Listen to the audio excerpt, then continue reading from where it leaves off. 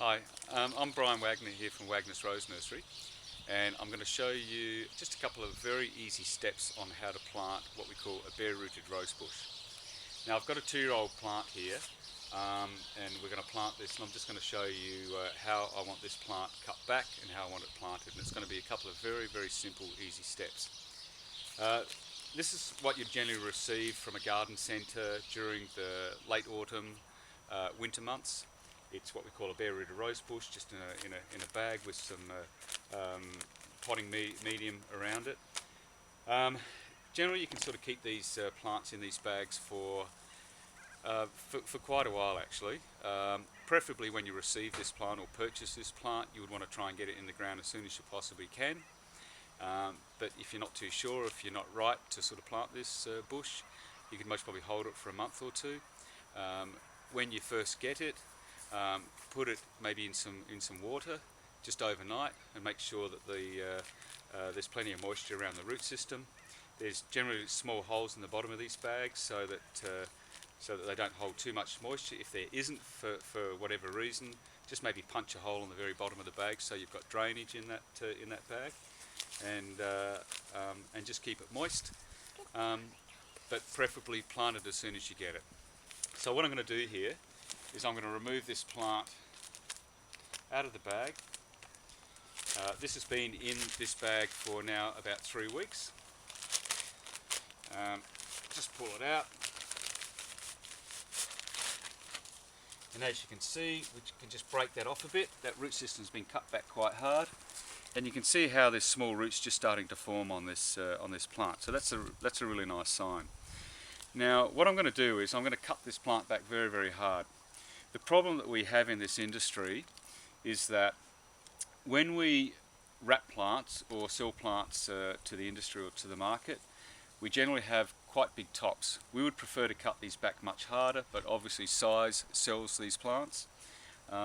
When we put machinery through these plants, when we're undercutting these plants, we actually sever most probably 90–95% of the root system. Now we can get roots on these plants up to 2 meters long, but we definitely don't cut off 90% of what's on top.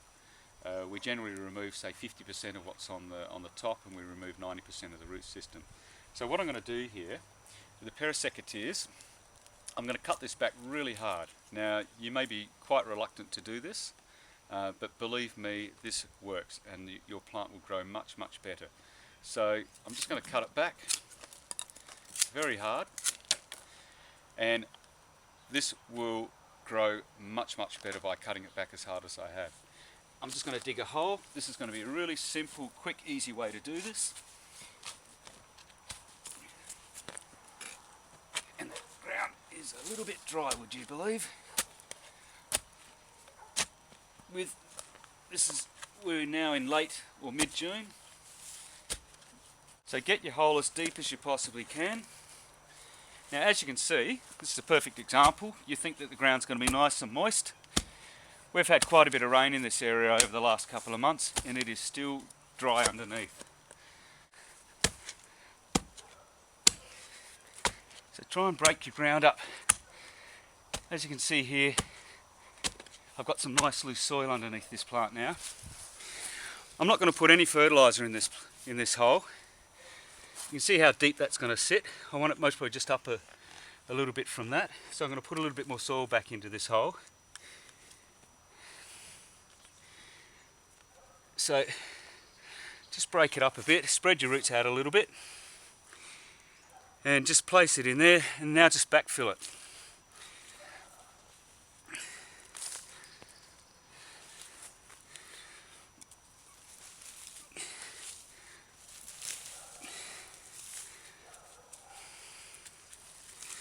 Break your soil up, get rid of any green vegetation, any green matter in there, just remove it.